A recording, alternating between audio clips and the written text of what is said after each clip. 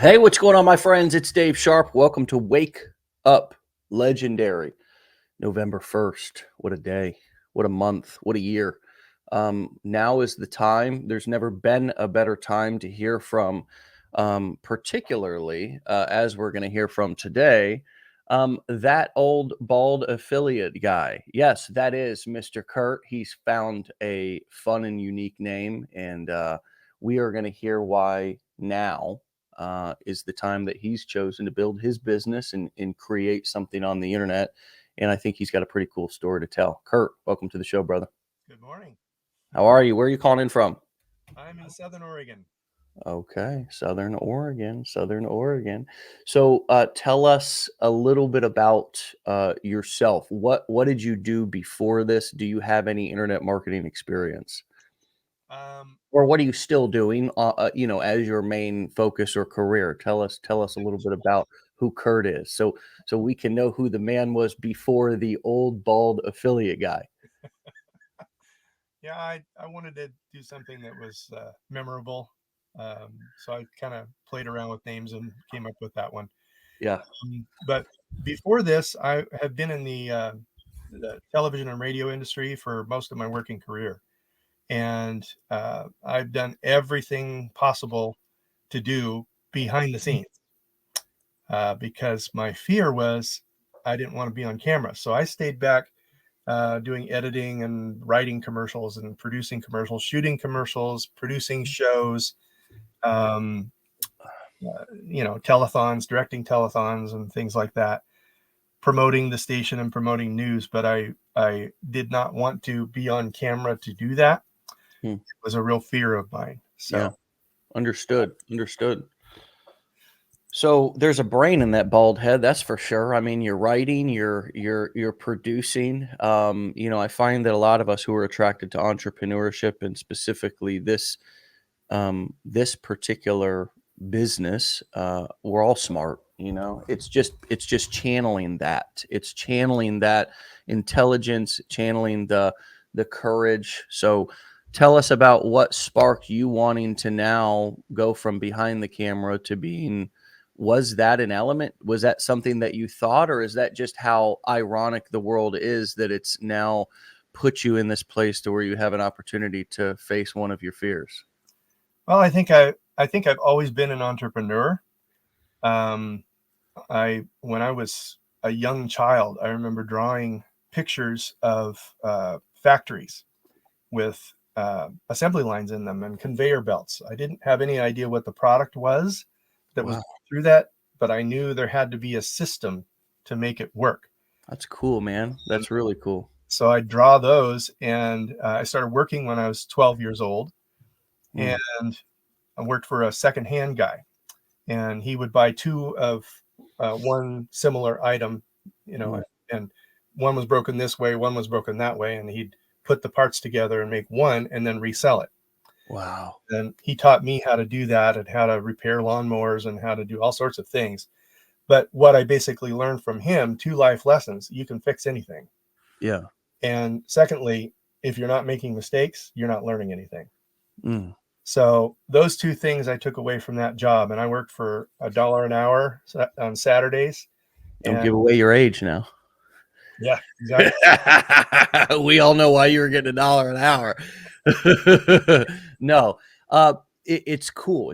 It's a really cool story. I had a few of those experiences as well. But have you been able to use that experience and transfer that experience that you're speaking of, that's literally decades old, and now are you using it now? Is that why you're talking about it? Is it still relevant? Are you finding that experience or those lessons are relevant now, some decades later, in this opportunity? Yes. Yes. Very, very much so. Um, Not necessarily so much for me, although in the beginning it was very helpful to remember that I'm okay making mistakes. Yeah. And if you make a real bad error, there's a way to fix it. Those two lessons have carried through.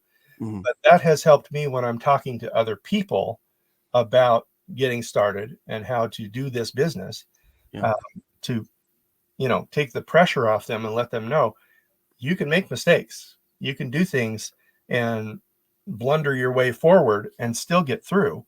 Yeah. And you don't have to be perfect. There is no perfect. Yeah. Perfect is a perception. One Mm, person might see things this way, and that is perfect for them. Another yeah. people see it a different way, and that's perfect for them. Yeah. What's perfect is what's perfect for you. Yeah. That's sort of what I've gone through to add that to what I teach. Yeah. Yeah, it is. Finding your own lane and finding what's really comfortable for you is I think the secret to this business and the secret to any business. Because if I walk in, the only place that I want to walk in and have the same experience is at a fast food chain. That's the only place that I wanna walk in and have the same experience. Otherwise, we enjoy variety human beings. We enjoy variety, we enjoy, unique experiences, and we are attracted to people who are not like us oftentimes, who are different. You've tried to leverage, and I saw a comment come through from Patricia here. She said men are allowed to be old and bald, but women are held to a different standard. And while I'm not interested in mansplaining why that's true or not true to any woman who's watching this, I'm wondering, how did you get so comfortable with yourself, and be able to step into highlighting something about yourself that millions of other guys are trying to plug it and wig it and toupee it and all this kind, comb it over and all this. And I get it. I mean, our bodies change. Look, I'm gray. I'm receding a little bit. I'm getting wider, not taller. But what what has happened over the last some months or years that's enabled you, or days, I don't know, that's enabled you to be able to find your own message, find your own voice, find your own identity out here? Well, that's the ironic thing about me being afraid to be on camera, because a lot of people would say it's because of the fact that I'm bald that I was afraid to be on camera, and I didn't think people would appreciate me. Well, that wasn't the case, because I started losing this stuff between my junior and senior year in high school. So I've had a lot of practice being bald, and I've pretty much come to accept it. It's not something that I really want to change. It's part of me, and I like it. Yeah, I mean, you can't beat the time it takes to wash your hair when you're like this. It's just done. You can dry it with a wash rag in 10 seconds. So I, True. I haven't been to a barber in 30 years. I cut my own hair. It's not something that is really a problem for me. So being afraid to be on camera didn't really have anything to do with necessarily how I looked, but there Yeah. was just something within me that felt like I might be judged, or felt like I was worried about what other people might think about me. Mm. And uh, during the uh, period we cannot mention the name of, I had to do a little bit of Zoom call. Lockdown.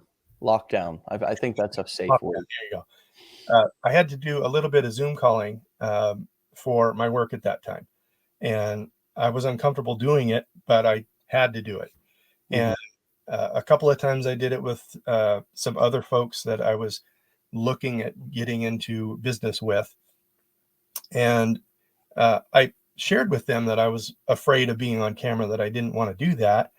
And they said, I don't understand why you're afraid of being on camera. You look great on camera. You're looking me directly in the eye. I might not be today, but my camera's up here.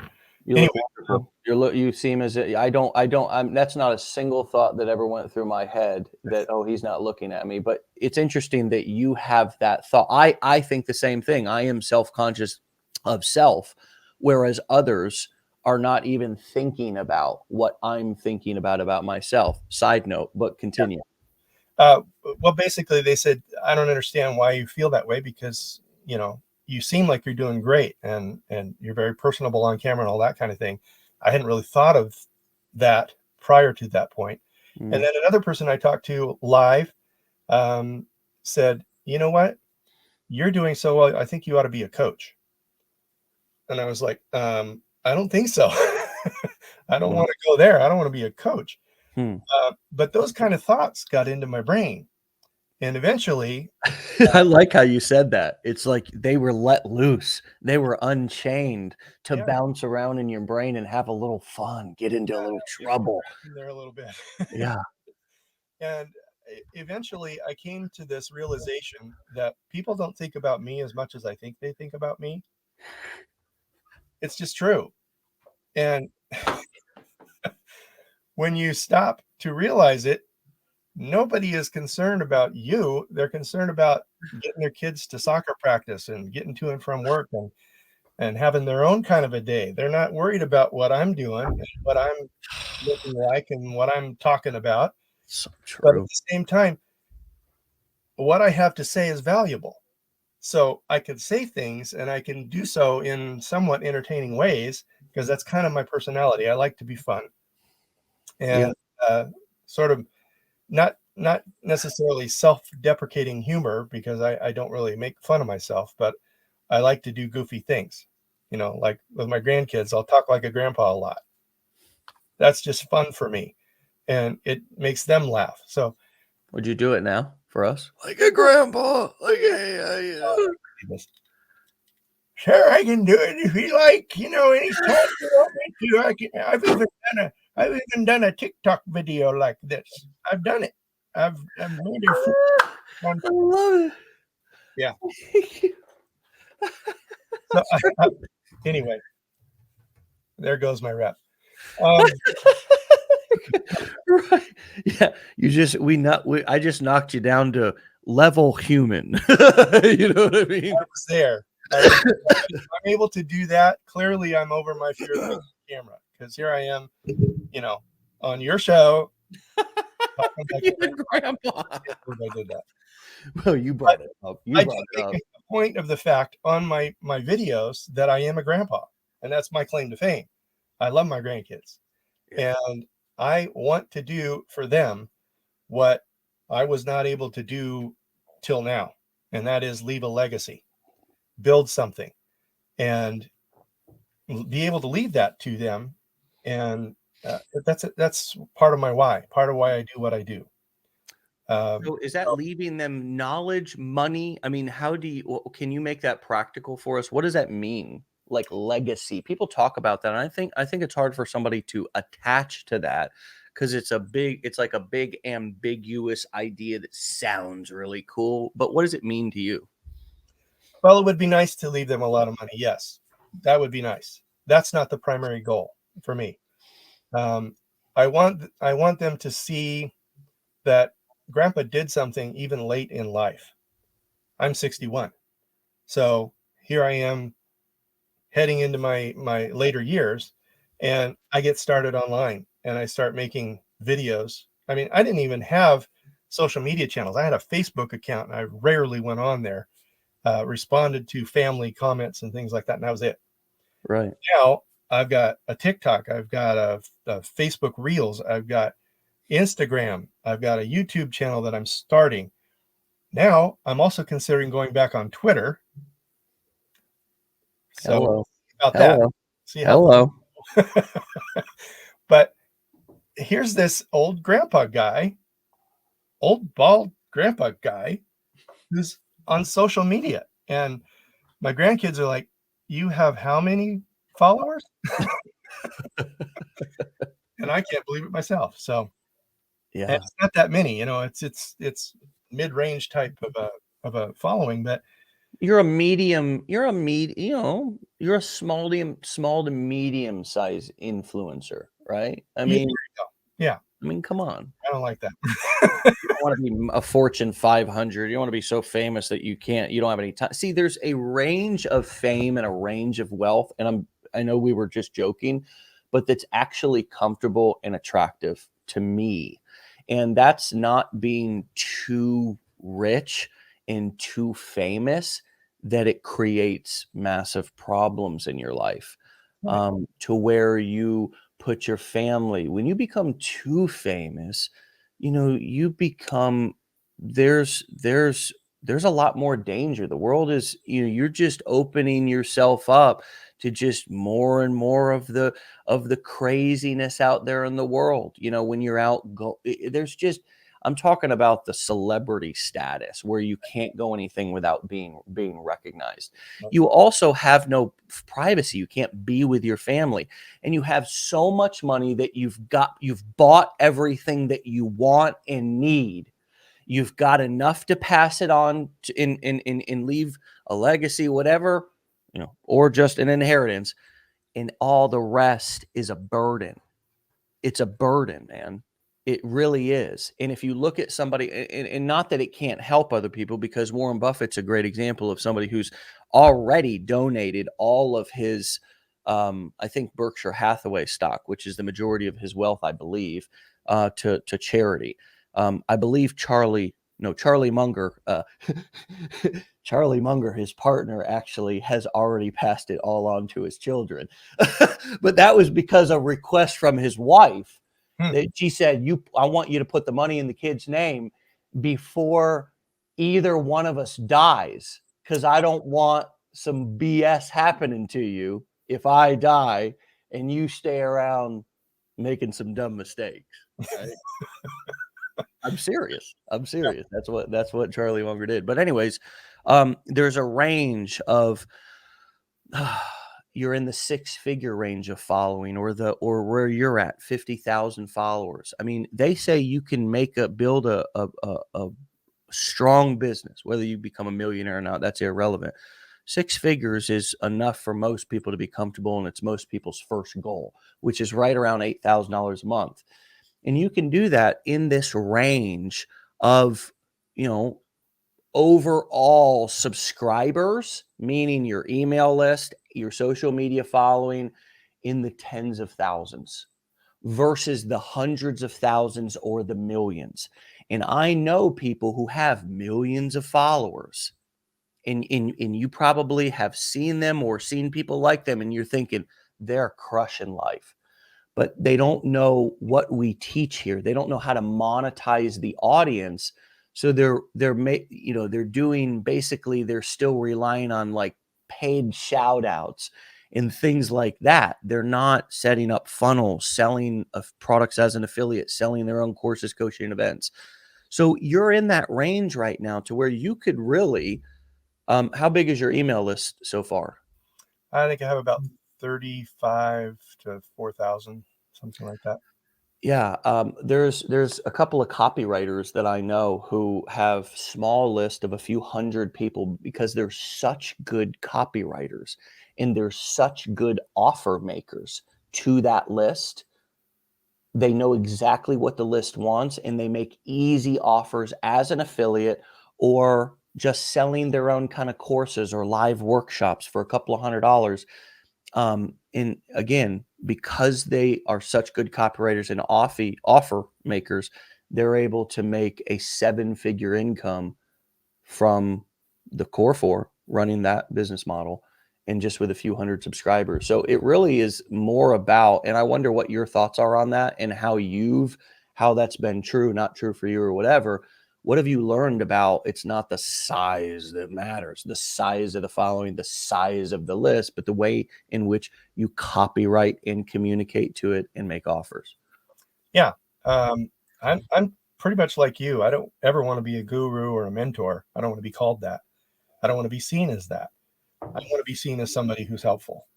Yeah. And an entrepreneur, right? An entrepreneur. Yeah. And a marketer. That's part of the legacy that I want to leave to the grandkids is, in order to do life and do it successfully, you're going to have to do some side hustles. You're going to have to do something that is entrepreneurial, have your own business, be in charge of things, as opposed to work for somebody else for 40 years and 50 years for 50, 60 hours a week, and then spend 6 years in retirement and die, because that's the statistic. It's ridiculous. My grandfather had that experience. He retired, moved down to Florida, first year of retirement, had a heart attack in his sleep. Yeah. It's sad. It's sad. I mean, especially, people who are long-term employees, that's their value. That's their worth. That's their identity. And then when they lose that, they just lose it, and there's really, they feel like nothing's left for them. So I just decided I mean, I had had a bad back injury back in 2005, and I had to have surgery. And um, I had, at that point, I thought that life was over for me because I couldn't do what I used to be able to do. And I sat for 8 years watching Netflix and Direct TV and just lived life that way, just doing nothing. Mm. And I didn't really know it until later in life, but I fell into kind of a depression that I wasn't showing on the outside because, like I said, I like to be kind of a fun type of a person. Mm. But on the inside, I was dying. I was wasting away, and I didn't feel like I was worth anything. And eventually, to tell you the truth, I just got bored. I was bored stiff of just sitting there doing nothing. Mm. So an opportunity came available to me to get back in the television industry in a desk job, and I said, "Okay, I'm gonna do that." And I did that for about a year, and then my back hurt too much doing that, so I had to leave it. And a year later, I got back into the same kind of a job at a different place, but it was very part time, so I could handle that one for a while. And I was there multiple years. But eventually, I got to the point where I need to be more creative. My brain is a creative brain. I mean, all the time growing up, I had businesses. I would duplicate audio cassettes. Remember those? Mm, I sure Cassettes. do. I would duplicate those. In college, uh, I recorded using the college equipment, recorded the graduation ceremonies, and marketed the tapes to the parents. I mean, that's entrepreneurial. It just Yeah. is. And I've done multiple things like that. Did business consulting for efficiency because I have a fairly ordered, systematized mind. Obviously, Yeah. if I'm drawing conveyor belts at a very young age, I have a Right. Analytical. You're an engineering, a mechanical mind.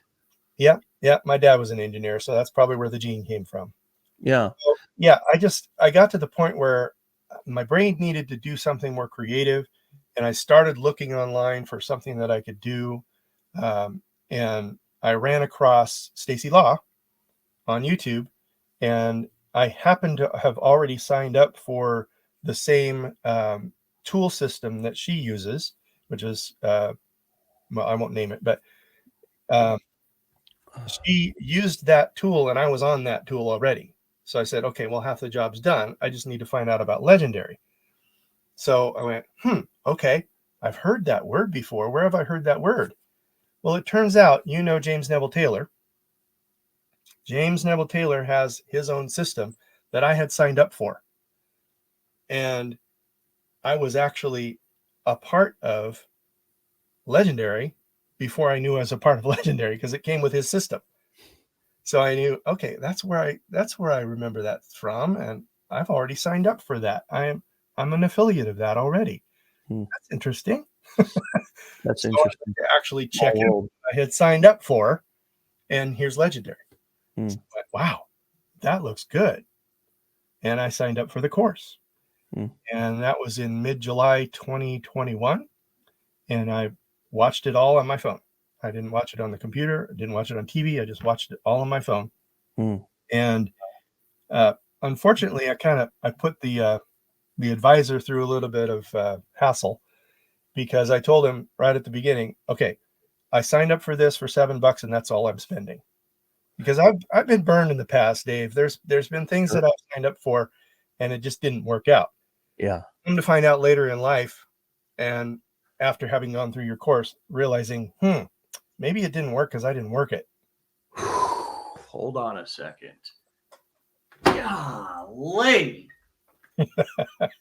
Okay, continue. It's true. I mean, so many people sign up. There's people that sign up for Legendary. I've got them in my back office. They're signed up, but they haven't opened the course. World at their fingertips, right?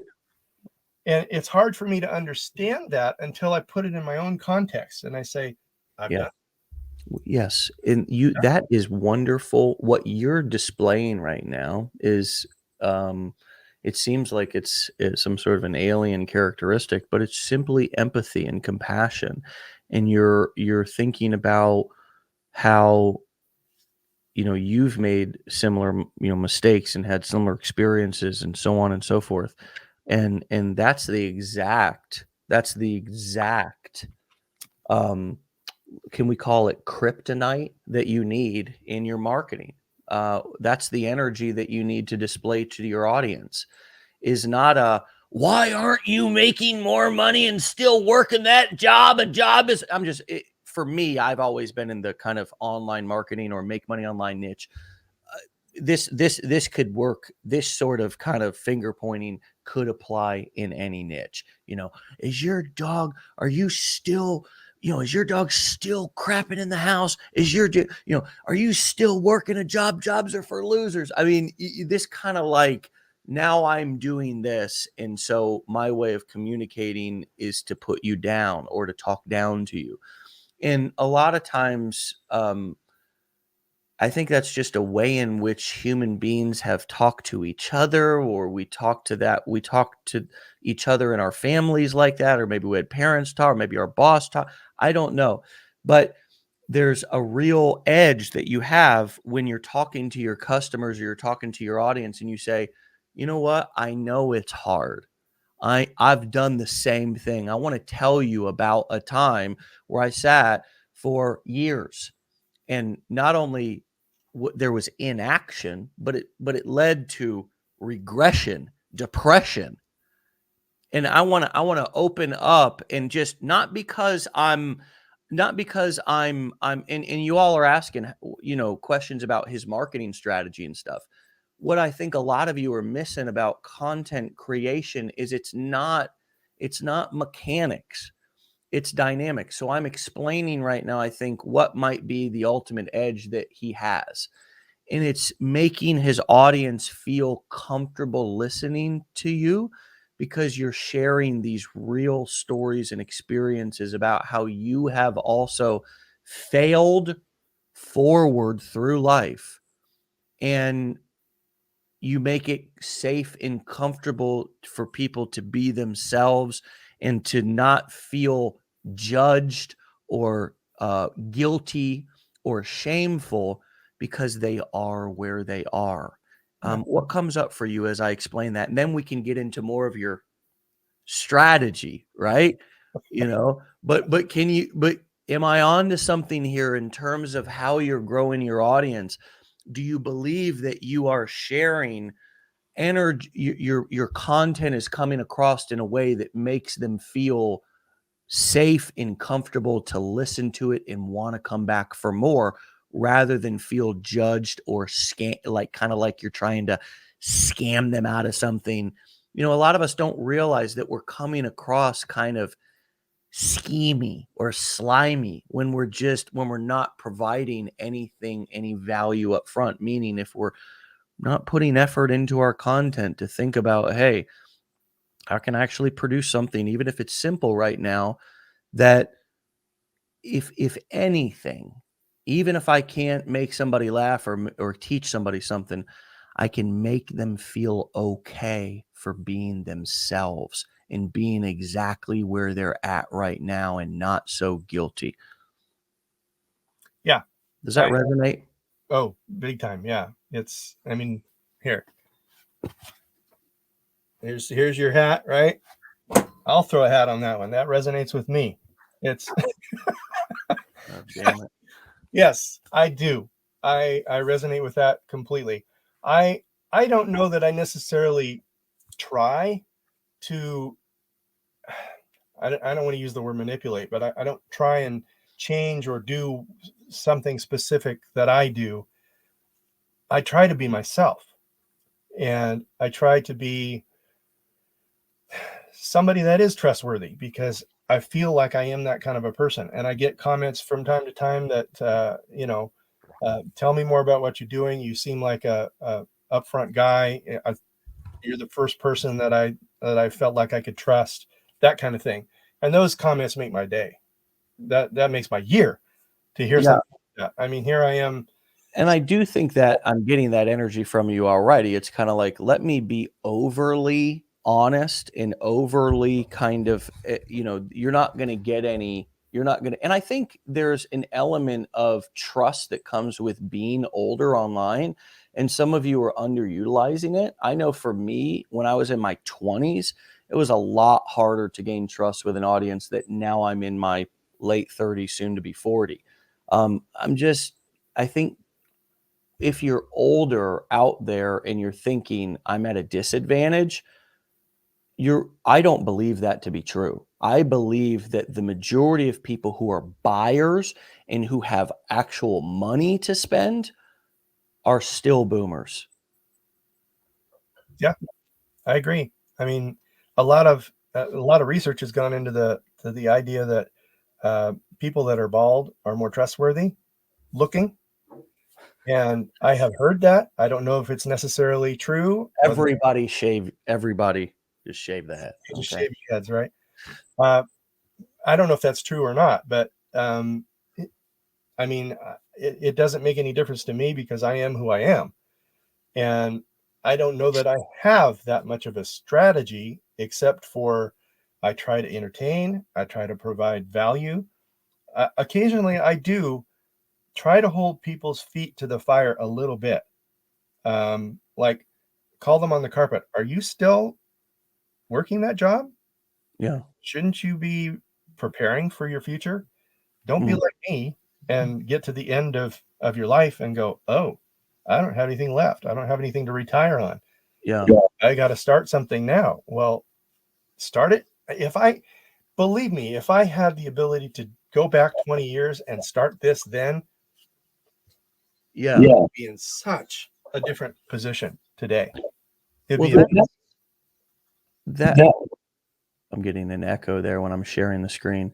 Um, well, that's a really awesome way to frame that and present that to people. What you did was you just gave us a great example of what I was talking about a moment ago, which was talking to people with real kindness and empathy and compassion.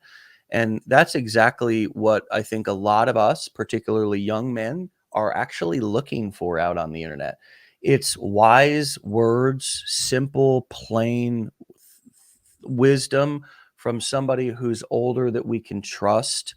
A lot of us didn't grow up with, male role models and people who, even if they were doing the right thing and showing us, oftentimes they weren't explaining to us because past generations of men, going to therapy, doctors, communication, talking about feelings, just really communicating in general was not as prevalent, at least in the circles that I grew up with the men that I grew up with. So I think it's really cool that that was a great example of what I was talking about a moment ago, where you're kind of challenging maybe a person, whether they're younger or not. But hey, let's take somebody around your age. Hey, you still working that job? I get it, man. I get it. I was there too, and now's the time. Now is the time. You have think about how many years you have, not to get overwhelmed, but to understand that you have a runway right now that you can utilize. But you got to act now. You right. can't put it off any longer. And that is, I think, if I was a gentleman in my 60s and I was you and you were still in your job, would that resonate? Even if I'm who I am, clearly it resonated because you were like, hey, yeah, now I need to do something, Right. Yeah. And that's maybe I have the empathy to realize that a lot of people aren't doing something on the side because they're afraid. Tim's comment. Tim's hilarious, by the way. This guy is funny. You two should hook up, man. Yeah, I've followed a lot of his things on Facebook. He's really great. He's got a great thing going there. But there's a lot of people that I can relate to that are still in their jobs that have that entrepreneurial spirit within them, and it's pushed down so far that True. they just don't think they can do anything anymore. And I kind of try and re-spark that, re-kick that into gear for them. Uh, Mm, because a lot of times people are just doing it because of the same reason I was not doing anything. They were afraid. yeah. They were afraid of being judged. They were afraid of what their family would think. They were afraid of what people would think about them. And goodness sakes, when I'm here on camera, I'm looking at myself and I'm going, well, okay, but that's just me. Right. It's a liking gap. Have you ever heard me talk about that? I have. That's a great teaching that you do, is on the liking gap. Yes, Yeah. you can explain It's it a if you want, in case other people haven't. Well, the liking gap, yeah, is a simple phenomenon that has been proven. And again, I'll share it with you, and hopefully I don't get a massive echo here. But um, it is the disparity between how much a person believes that another person likes them and that other person's actual opinion. Studies have found that most people underestimate how much other people like them and enjoy their company. And obviously, this is Wikipedia, and there's theories, there's links out to the studies, and all this stuff. Um, so, what is that saying? Studies have found that most people, you and me, underestimate how much other people like them and enjoy their company. So, golly, man, what can I take away from that? Well, I am a harsh critic of myself, and everything about me looks, sounds, and feels much worse than it looks, sounds, and feels to somebody else. And as a matter of fact, I might be feeling bad while somebody else is enjoying my company. And I have no way. That's why the liking gap exists, because it's a gap. It's not, there's no connection there. I'm alone in my head with my own thoughts. So knowing that it exists, the only way to solve it is knowing that it exists. And when I film the video, okay, and I go and I watch it, which is the number one mistake that most of us do, is we go back and watch it. When this is part of the problem, is that if you film it and post it, you got plenty of time. You're done in time. You go to dinner or wherever you got to be. You're like, hey, I've been here for 10 minutes. I got here early. But instead, here's what we do. We film the video, okay?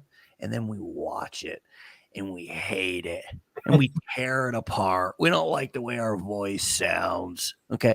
And then what do? We either say, oh, and just set it down. I'm not made out for this or whatever. Or we sit there and exhaust ourselves, like, because I'm a hard-headed son of a bitch. And I used to re-record it. My wife, okay, would hold the phone, her arm. She hated this business specifically because of that. Because of that, she was like, get a fucking tripod, dude. You know, because I asked her to hold, because back in the day, we didn't even have cell phones yet. I'm the old guy. We didn't have cell phones, but we didn't. I recorded on a little flip. It was called a flip device or something. And we were not recording yet on cell phones. But that is the liking gap. That is a great example of the liking gap. And you have found that people enjoy your company and your content more than you realized, right? Yeah, I have, and that's actually been a surprise to me. I mean, the 50,000 that I've got is like, I am blown away by that, because I never ever realized that many people could enjoy my content well enough to actually follow. But I think what you were saying with the liking gap goes back to what I was talking about earlier, about how people don't think about you as much as you think they think about you. It's all in your head. It's between your ears here. It has nothing to do with what other people are thinking. That's their opinion, and you have no actual possible way in the world of knowing what they're thinking. You just don't. Yeah. So what you're thinking, they're thinking, where's that originating? Here. Just in here.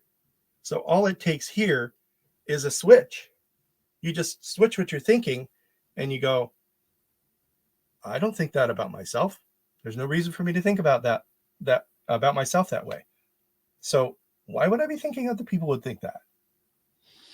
It's actually very freeing learning to stop allowing first of all, learning how to set boundaries. Like entrepreneurship can actually make you a superhuman if you embrace all the things that I think are really required to be successful. For example, setting boundaries with your time. You have to be clear with people about how much time you have, how much time you're willing to give them, and not be afraid to exit stage left if you need to, not feel bad about it, not feel guilty about it. Um, and then if you do something, if you put yourself first, meaning that you set a boundary, to not go back and replay it over and over thinking that you offended somebody. Right. That's all part of setting boundaries. It's about moving on and knowing that they're a grown up, they'll get over it. And the only reason why they were trying to take up your time in the first place was because they wanted something from you. So we learn how to or I have learned how to, entrepreneurship has helped me to set better boundaries. In terms of speaking directly, entrepreneurship has helped me with that and not feeling like I need to walk on eggshells with everybody. And I think this is another example of one of the characteristics society kind of, instills in us. We are never taught to set boundaries. So we become walking mats for everyone in our life, both in our personal lives and in our work life, and we become resentful about it. So that's where a lot of our anger and frustration comes from, is because we don't set proper boundaries. Then, in terms of speaking directly, we have to be able to speak directly in order to set a boundary. And it's really all just telling people who we are and what we want. But we don't speak directly. Instead, we're afraid to offend. We're afraid to be judged. We're afraid to be abandoned, right? And maybe we have in the past when we spoke up. Another student 2 days ago talked about how when he would say certain things and get punished by his father. And so he learned not to speak up and speak directly and speak his mind. Okay. In entrepreneurship, you have to speak directly to people. You got to speak to them. You can't dance around stuff. You just have to say it. And here's the number one piece of advice that I got that I'll pass along in terms of that. Say what you mean what you say, and never be mean when you say it. Right. I watched that episode where you initiated that concept on here, at least maybe repeated it.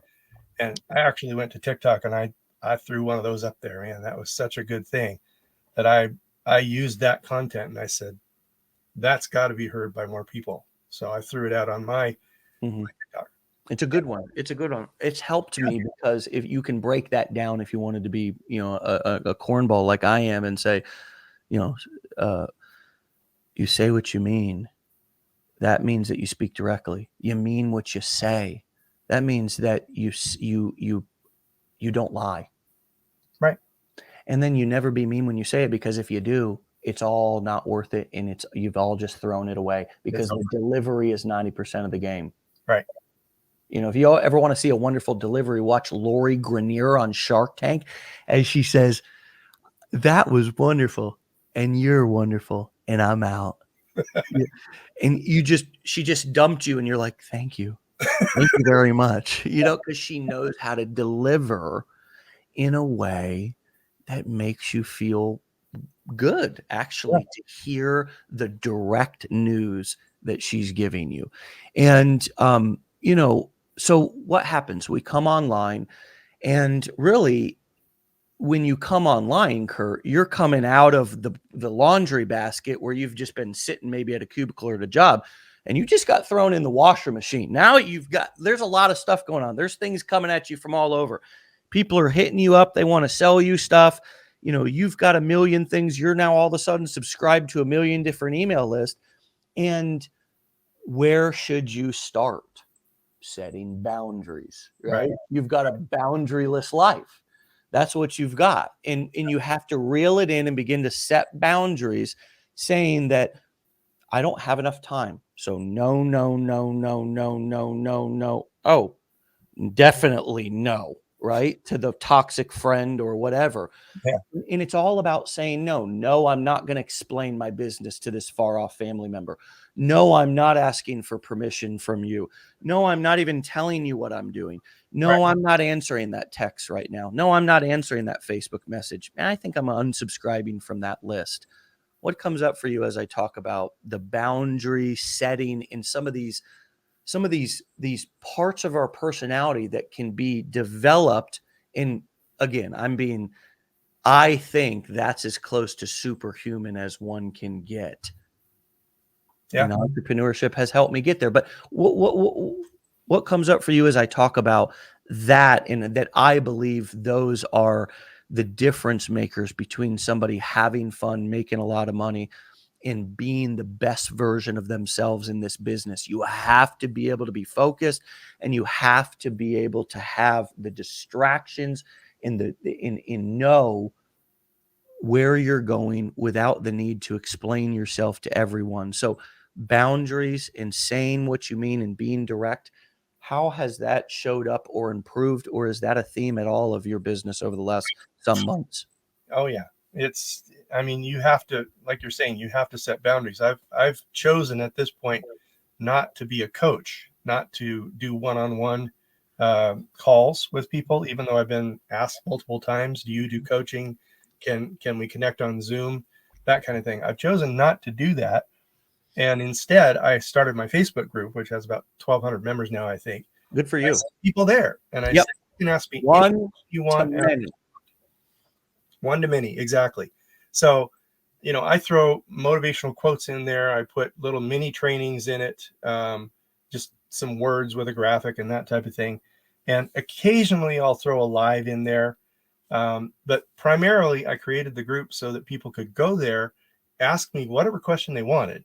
And I tell them that on my lives every time I'm on, go there and ask me what you want in that group, because then I can answer the question and it helps more people than just one person.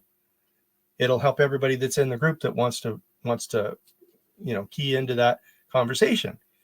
And that's really what I'm all about. I want to set the boundaries, but I want to be available. And it's this fine line where you find yourself going, well, how do I do that? How do I get myself out there and be as helpful as I can to as many people as I can, but at the same time, not take up all my time doing it, because I got to build the business. And another boundary that maybe you didn't quite hit on is shiny object syndrome. I am one of the worst for shiny object syndromes.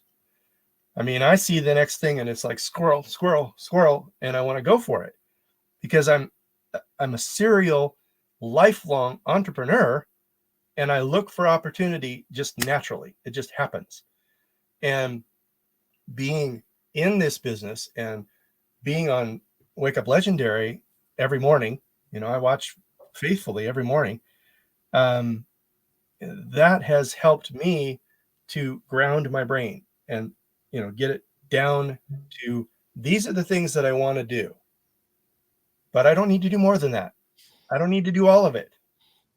So it has helped me overcome the shiny object syndrome and back off and set boundaries to that and say, no, I don't have to do everything in the world. I need to focus. I need to get myself just doing one or two things. And then from there, once those are clipping along, start expanding into another area. Yep. So I couldn't have I didn't hit on that. And specifically, you're talking about setting boundaries with self. Right. And it really, I have to protect myself from myself in most of my life. What do I mean by that? Well, the biggest lie that we've ever been told is that we as a human being are in more danger because of somebody else on this planet's existence than our own existence. And the truth of the matter is that that is a lie. Yep. We are the most dangerous thing to us. Our own worst enemy. We are our own worst enemy. Not only physically for your physical safety, you are more than likely to kill yourself by making a dumb decision. And the odds are stacked against you anyways, right? Because you're going to be with you all the time, than for somebody else to do it. Just making a mistake. Like you shouldn't have gone there. Wrong place, wrong time. You still made the decision to go. So boundaries with self. Boundaries with self is such a big thing. And I'm glad that you brought that up, because it's usually, at least in the first couple of years, if not forever, all about you, and so much less about everybody else and needing to set boundaries with them. There's no, I mean, we give it away, Curt. Just we give our success away. Nobody comes and takes it from us. And I've done that in many other areas of my life. I've given years of my life away to drug addiction and things of that nature when I was a teenager in my 20s. I've almost given my wife away and family away when I was being a real moron and just didn't understand how to be married, just couldn't figure it out, 14 years in a very patient wife and a lot of looking at self has kept me a married man and more in love and happier than I've ever been. But because of, you're right, not because I set boundaries with her, changed her, anything, but because I changed me. And the same thing happens in our business. And you're right. Learning that, I think getting burned a couple of times, really wasting some time on something that doesn't pan out. And hopefully, if you're lucky, you get the self-awareness to realize what is working in your life or business, and you go back to doing that and appreciating that. Because, for me, the best thing I ever heard, and I often repeat, is I really sometimes think the grass is greener on the other side, and I run to it, letting all of my mediocre things right here in my life go. I'm like, I'm going to trade what I have here, this kind of burnt out grass, for that shiny green grass. And I get over, and it is green, but it's artificial turf, and it's not real,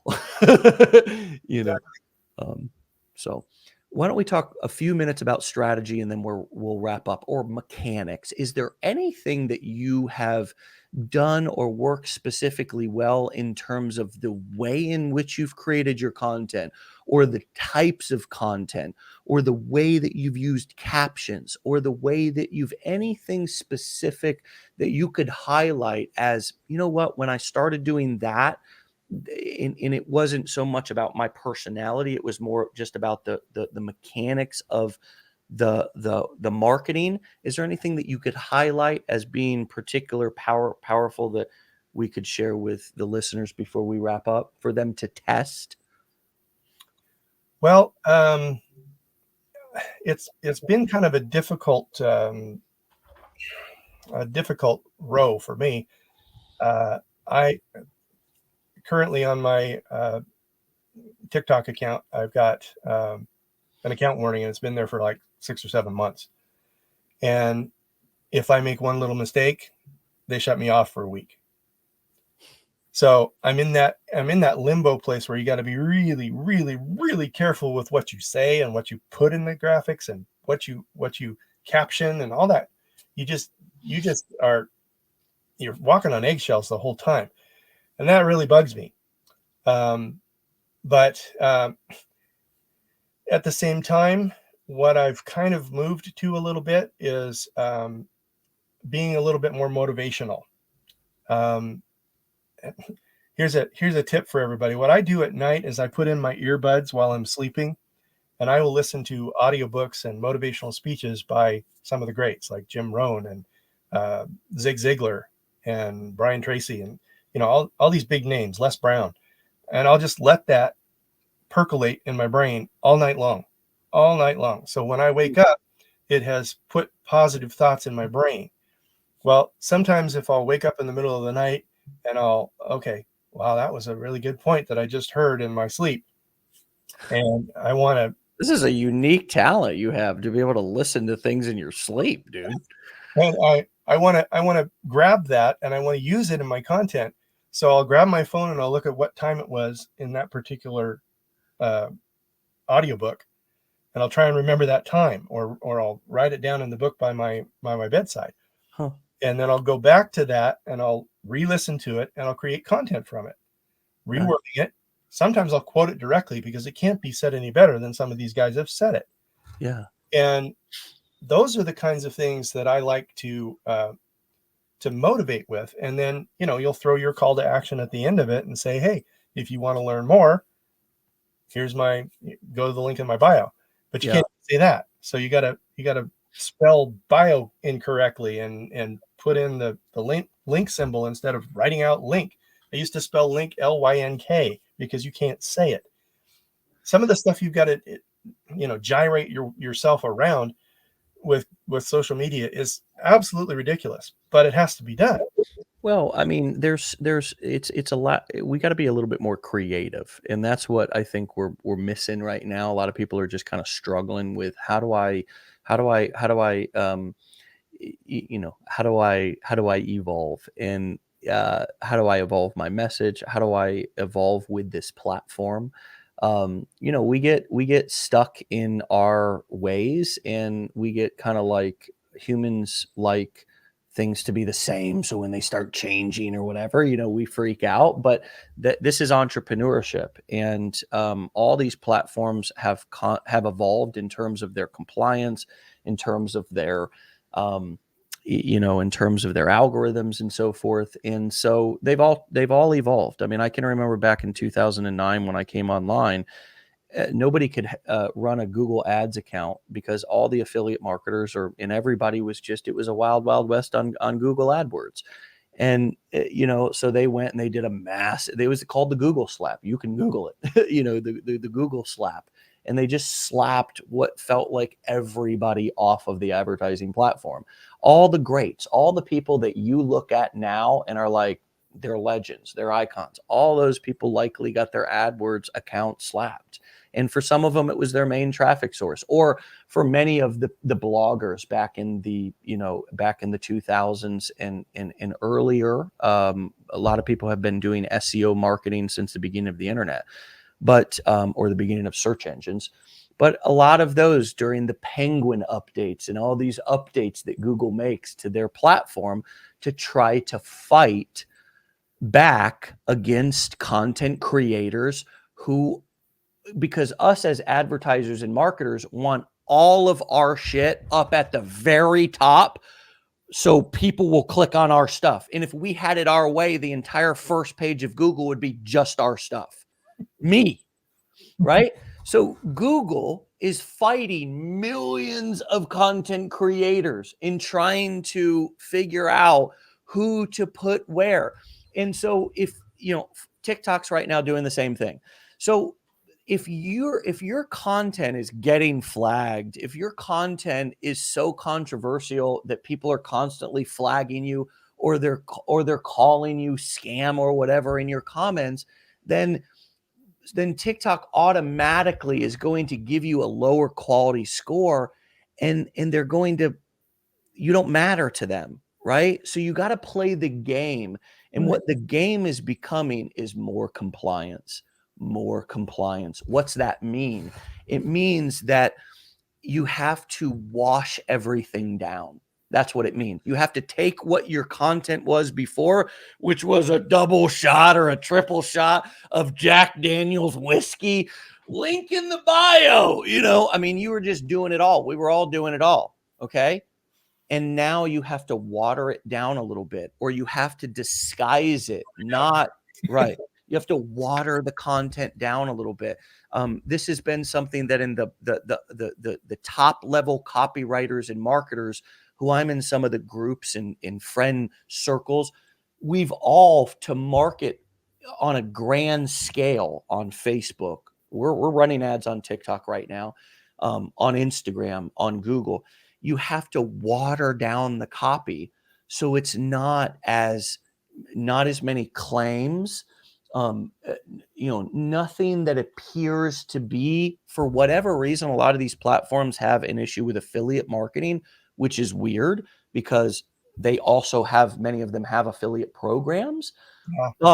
But if it's against TikTok or Facebook's terms and conditions, they don't want you doing affiliate marketing, then don't say the word. Don't say the word. Which one of the reasons why we call it freelance digital marketing. So much of what I'm seeing right now, I completely see it happening. People are really stuck, like, oh, what do I do? The platform's changing, and they just kind of think that, a lot of people think, well, the opportunity's dead, it's over, but it's not. It's just that is all you have to do is just evolve your messaging and evolve your strategy. Like you said, you what you want to find something that you don't have to, like, misspell things or whatever. You want to, and some of that is changing, like you said, the topics of the content you're talking about so much. Come at it from a different angle and stop talking about, like, if, for example, you're in the make money on lich, try something besides copy and side hustle videos. You know what I mean? Try something besides doing that. Sit down and say, let me look at some other niches, some people who are outside of this niche, and let me get some ideas. Skits are really popular right now. There's people who are doing things in different niches. Even if you're holding your phone and you're showing people things, people love tutorials. That there's just so many things that you could do and be creative. You could start a channel doing unboxings and reviews. Somebody was talking about that just yesterday on the show, and you could say, hey, I got a couple of different announcements. If you want to know how I earn the extra money to be able to buy these things on Amazon, you want to be able to earn some extra money, there's an option to be able to download a free ebook. You can get that right here on my profile. And go through the things that you have to offer. There's just, I've said this before, and I want to get your thoughts on this as well. I've said that our income, if it's shrinking, if it's not growing, it's a lack of creativity. It's not something outside of yourself that you need to make you complete. You just need to spray the WD-40 in there and get the gears a turning. And you might not even have to come up with the ideas on your own, but look outside of your normal bubble that you're in to get marketing ideas, content ideas, angle ideas that you could come in and use or repurpose within your content. What comes up for you as I say this? Lack of creativity is oftentimes our problem to a lack of income or a stalling of income. Agree, disagree, thoughts? Oh, totally agree with that. The frustrating thing is that you don't even know what errors you're making, because, like, I have had so many videos that have been flagged, and they'll tell me this is in violation of the community guidelines. And for what? Scams and frauds, illegal activities, and regulated goods. I'm like, I was talking about a Jim Rohn quote. What are you talking about? Mm. So you end up doing the appeal thing, Yeah. and sometimes they come back and they say, okay, yeah, we looked at it, you're fine, and they restore the video. Sometimes they don't. That's why I've got an account warning. Yeah. Okay.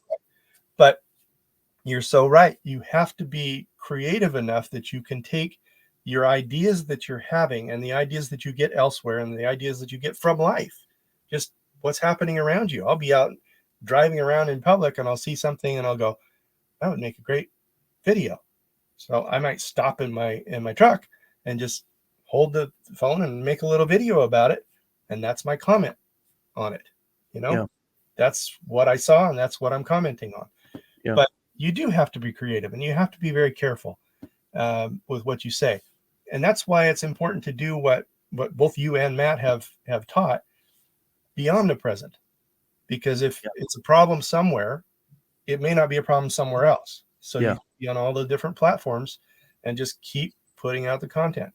One of Right. the biggest things that I uh, believe in is don't pay attention to how many followers you have. Don't pay attention to how many views you have. Produce good quality content that gives value and just keep doing it. Just Yeah. keep putting the content out there so that people see what you've got to say. Even if it's a little tiny thing, they get to know you better. Doesn't necessarily have to be the big, huge piece of content that changes the world. I've only had a couple of videos that have had, like I think there was one that was over 300,000, one that was over 500,000 views, and then the algorithm changed. So it's like, okay, well, that's over. I'll just keep doing what I'm doing, and hopefully someday they'll change the algorithm a little differently, and more people will see it that way. But Yeah. the point is that I keep doing it, and I keep putting videos out there, and this many people see this video, this many people see this video, and this many people see this video, and eventually that adds up to a lot of people seeing your content. They aren't Yeah. the same people all the time. Yeah.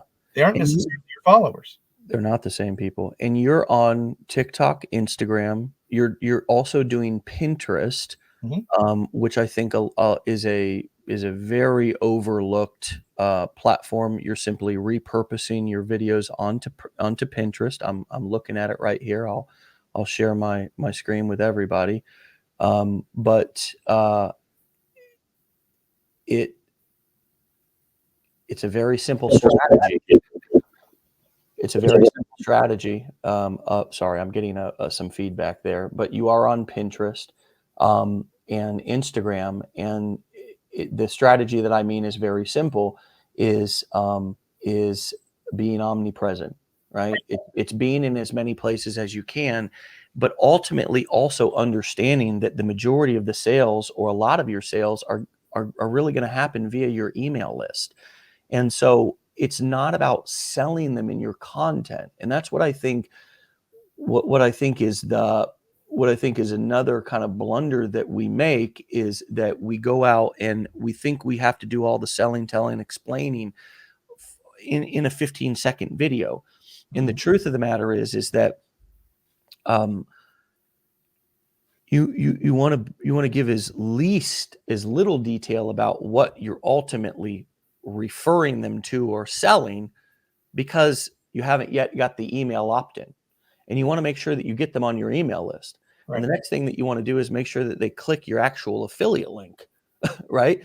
And so the goal really of the content is simply, it's not to convince them that it's not, I saw somebody say that, maybe their video got flagged because they're in the make money online niche, they're promoting Legendary or something like that, and they said, well, this is not a scam, it's not a Ponzi, it's not.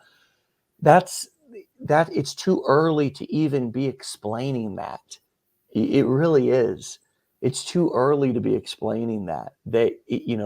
It's better to use simpler ideas, simpler pieces of content, than try to understand that, get them to kind of understand that big idea, I think.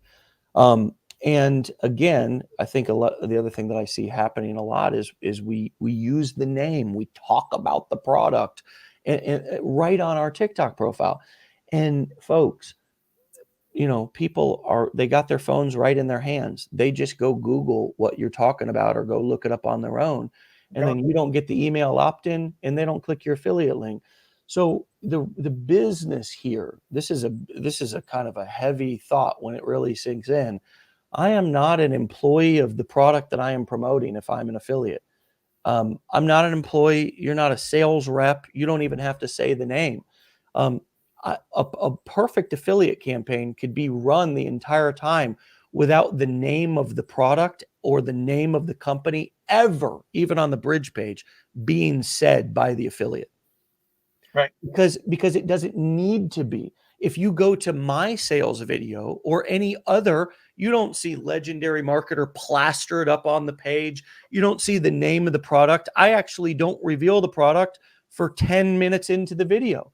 Because if people see it too soon, the name, before we have a chance to fully educate them, they will prejudge it and leave. This, in see how we've lost 40% of our audience because they don't stay for an hour and 11 minutes. But see, the nuggets just don't stop coming. They just keep coming. And they miss this one. This is a good one, right? It deserves a hat throw. Okay, I'm ready. All right, you're ready. You don't want to front me the value, right? No, here's the hit. Here's the nugget. It's a boulder. It's that if we tell them what it is, that's it. That's the boulder. I'm not going to say something that's out of this world. If we tell them what it is, they go and they Google it themselves. And guess what? They go and read a blog post or whatever. Some other affiliate gets the credit, or they just prejudge it. And you're giving your money away. You're giving your hard-earned money away when you do that.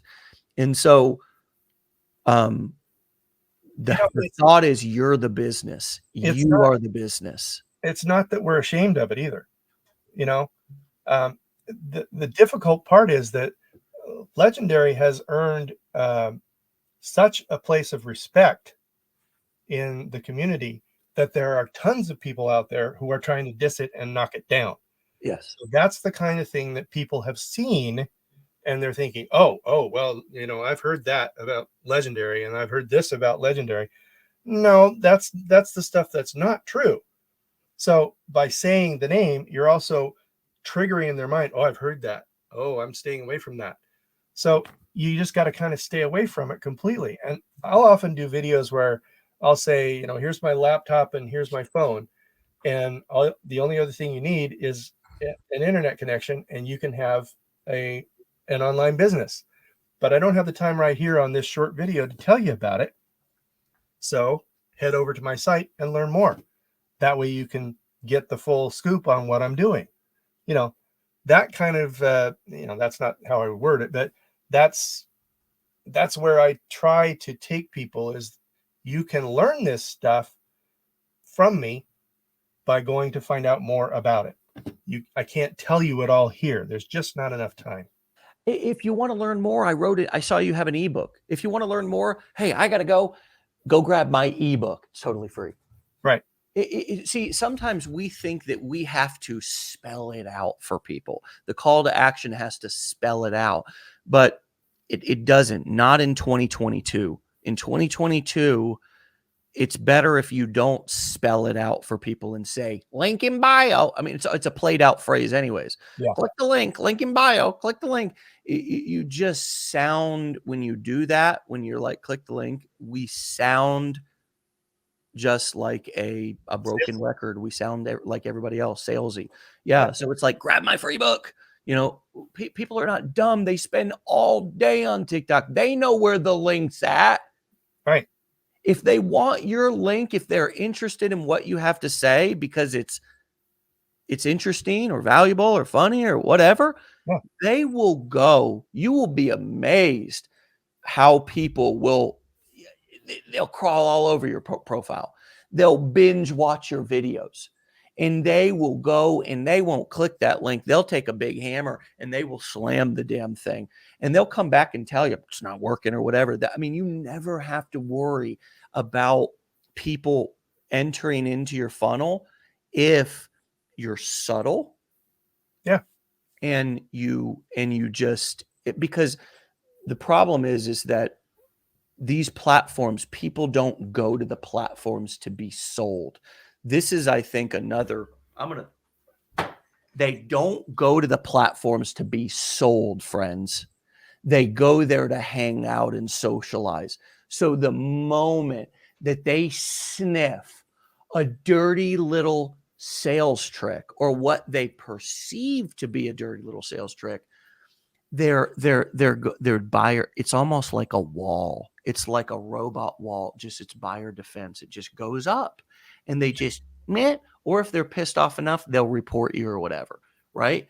So we have to remember, if you remember that with everything that you create, that nobody came on this platform to buy anything or be sold.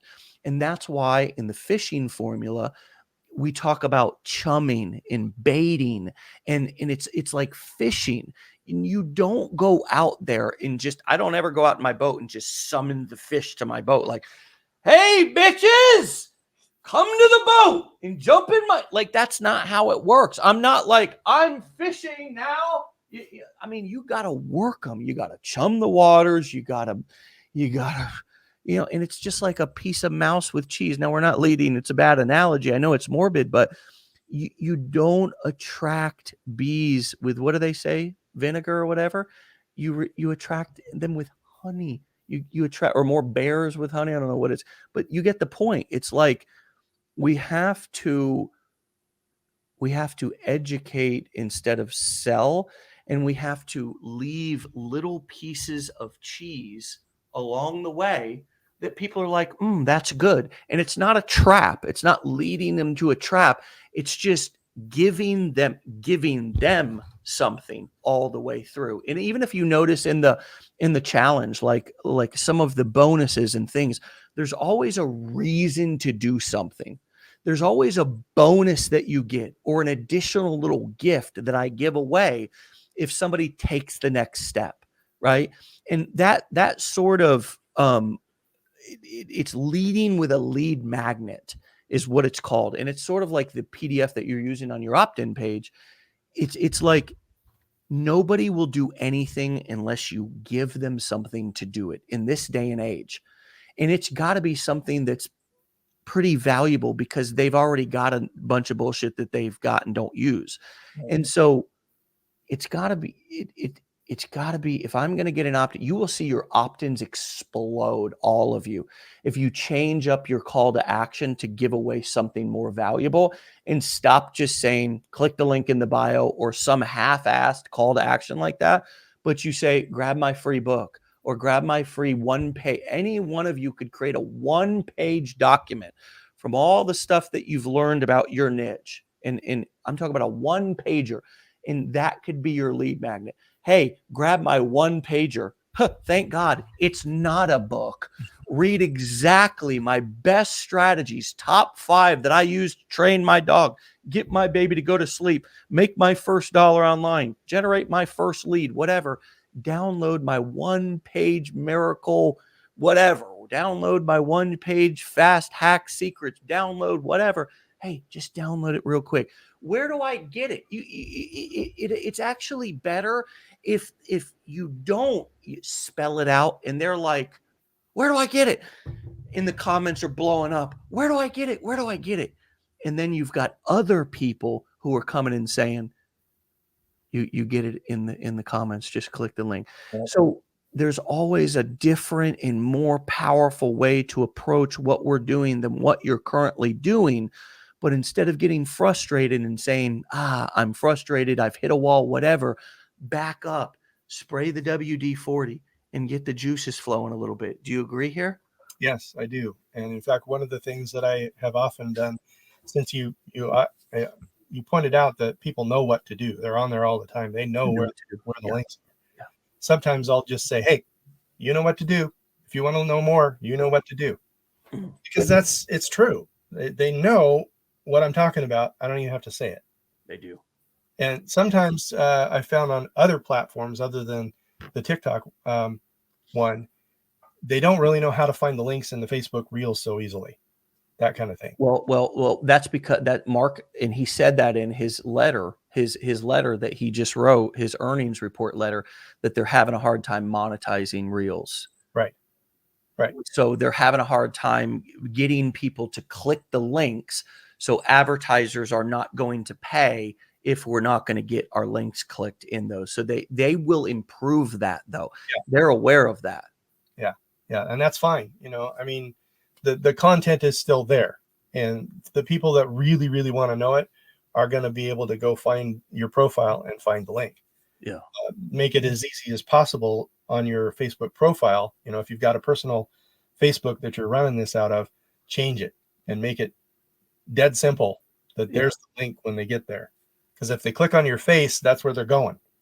So If you folks stick around here and listen to these lives and listen to this training and stuff, I'm confident we'll show you, even if you think you're the most you know, uh, that nobody would ever want to follow you or chase you or listen to you. We'll show you how to go from being the hunter to being the hunted. We really will. And I know right now there's many of you who feel like hunters, man. You feel like you're hunters in a forest or out in the middle of nowhere in TikTok land or social media world or whatever, and you're just hunting, you're getting knocked down everywhere you turn. I know that there's a lot of y'all that feel like that. But if you stick around, there's not one single secret that's going to make it all better. But man, there was some nuggets in here just in this one free episode for an hour and 21 minutes with Curt so far that you can use just a few of the things that we said even here today and test them and move towards, not away from, but towards becoming the hunted. And when you cross, it's kind of like capitulation in the stock market, right? It's like it's oversold, you hit a bottom, and now it's going to come back, right? Which many of, probably folks in many boomers are waiting for right now, right? With some of their retirements. I know that's right. I'm not as sweating as bad with some of my my investments because I at least I think I have more time. But man, you could take a few nuggets here from this call just today around some of the things that you've said, some of the things that I've said about how to become a little bit more of an attractive character out there, how to build a more and really how to get people chasing you, how to get people hunting you. That's a perfect example. What does being the hunted look like? Well, it's where you hardly have to, you don't have to do the Lincoln mile, but you just say, you know what to do, and they know what to do because they already know what to do.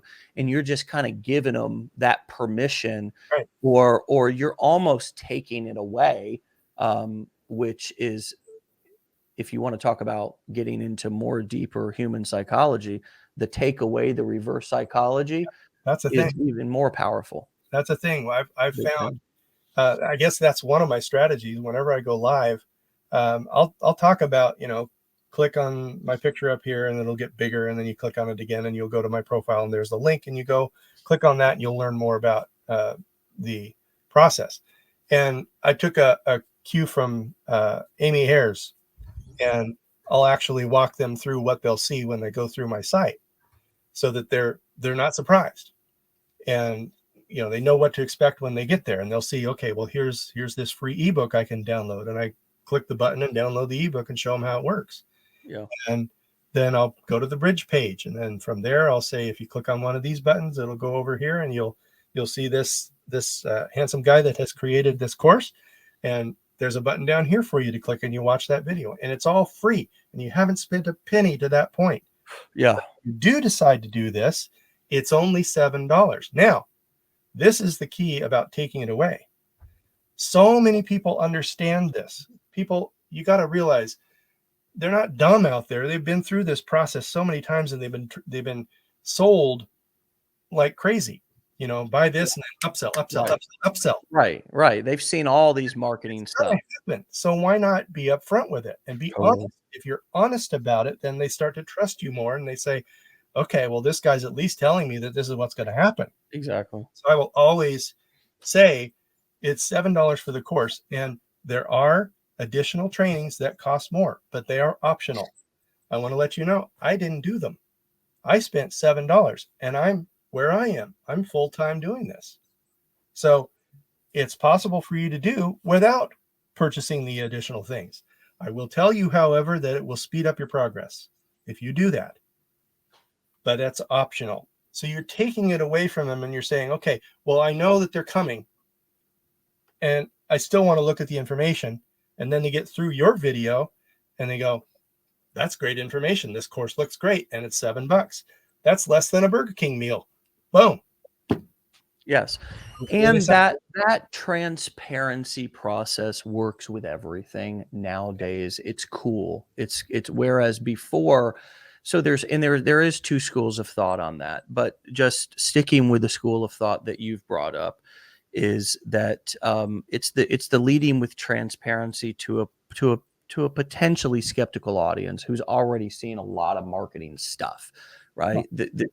But I would also the other school of thought is there's more people than you realize who are completely and totally new to all this, and by over explaining up front and in the beginning, it can actually put up their buyer defenses before in a way that it's not necessary.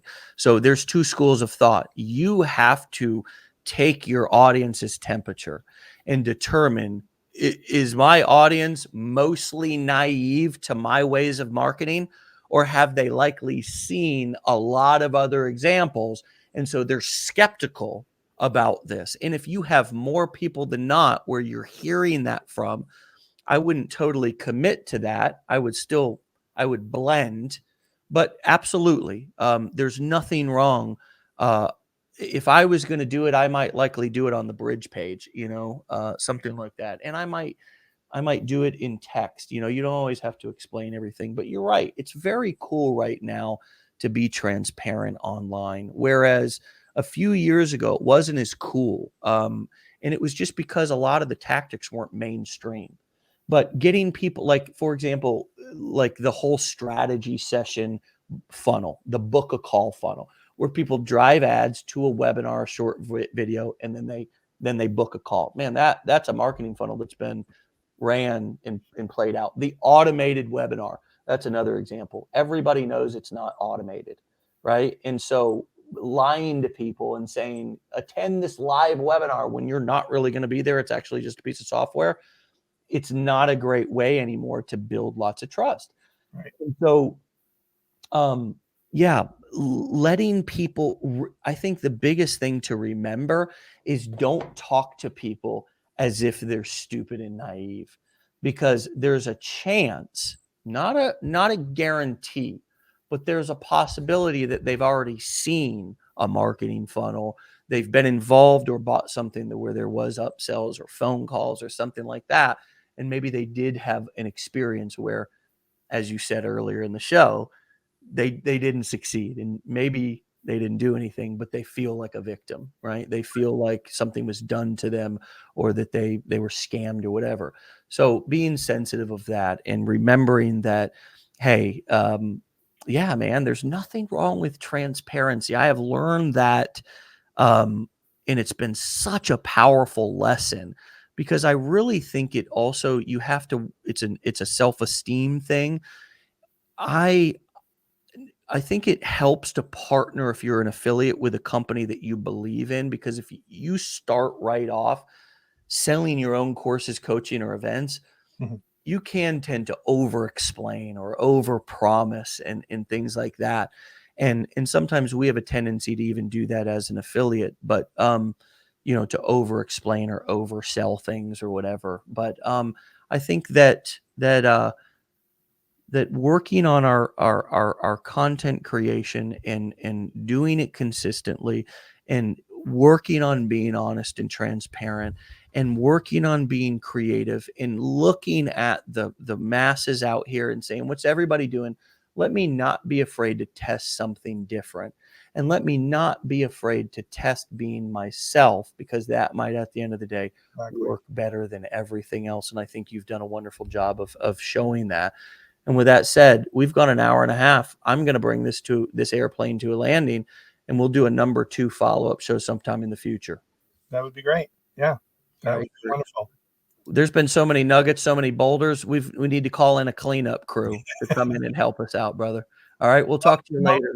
just give value, be consistent, be creative, and don't give up on it. Just keep moving forward, and you'll be. I'm not going to guarantee you're going to be successful, because a lot of people quit, but that's the way that you move forward. Is you just be consistent, keep putting out the content, and you'll make it happen. So go for it. And guess what? I'm going to announce a wonderful bonus that we're going to be releasing here real soon, because one of the the people, many of the people on the show are asking about content ideas. So we may create a product and we may sell it, and it won't be much, right? And only a couple of $100,000. But no, I'm just joking. But I also am absolutely motivated to release a list of just video topics, because so many of you folks are saying, what do I make videos about? What do I talk about? Things of that nature. And while I think, one of the easiest ways is to just go kind of take some ideas and some inspiration from other marketers, we also want to release a kind of an idea generation list to you here real soon. And if you want to be proactive, hey, start your own list today. If that's something that you oftentimes find yourself struggling, what do I talk about? What do I talk about in my videos, or what do I talk about in if I go live? Begin to make that list, because you can truly fill that gap by just planning and kind of doing something about it now. And then we'll release something, and maybe, you know, you'll be looking at that point for ideas, and they'll eventually come to you more naturally. But one last question before I let you go. In a simple answer, how do you come up with ideas for videos? Well, I do look at a lot of other videos and take cues from those, and then rework them. And often, if I'm watching videos, it will spark a different kind of an idea, a different way of saying what they're saying.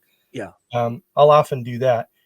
Like I said earlier, I get inspiration from the audiobooks that I listen to, yeah. motivational speeches that I So you're watch. drawing content topics really at this point from anything you can get. Yeah, You yes, went through the process of listening and writing them down, which I thought was unique, and I think everybody thought that was pretty cool. So, okay, cool. We'll yeah. talk more about the content creation topics and things of that nature on our follow-up episode. Today has been chock full of just beautiful goodness. So I'll let you go on that note. Have a wonderful day, brother. Stay legendary. I'll talk to you soon. Appreciate it. We'll All talk right. to See you, Kurt. All right, my friends. What an episode. Great conversation. Give Kurt a follow. We've had his banner, I believe, up for the majority of the show. That old bald affiliate guy. Love it. Thanks, Kurt. Thanks everybody for joining. We'll see you back here for another episode tomorrow. Same time, same place. Get on out of here. Be legendary.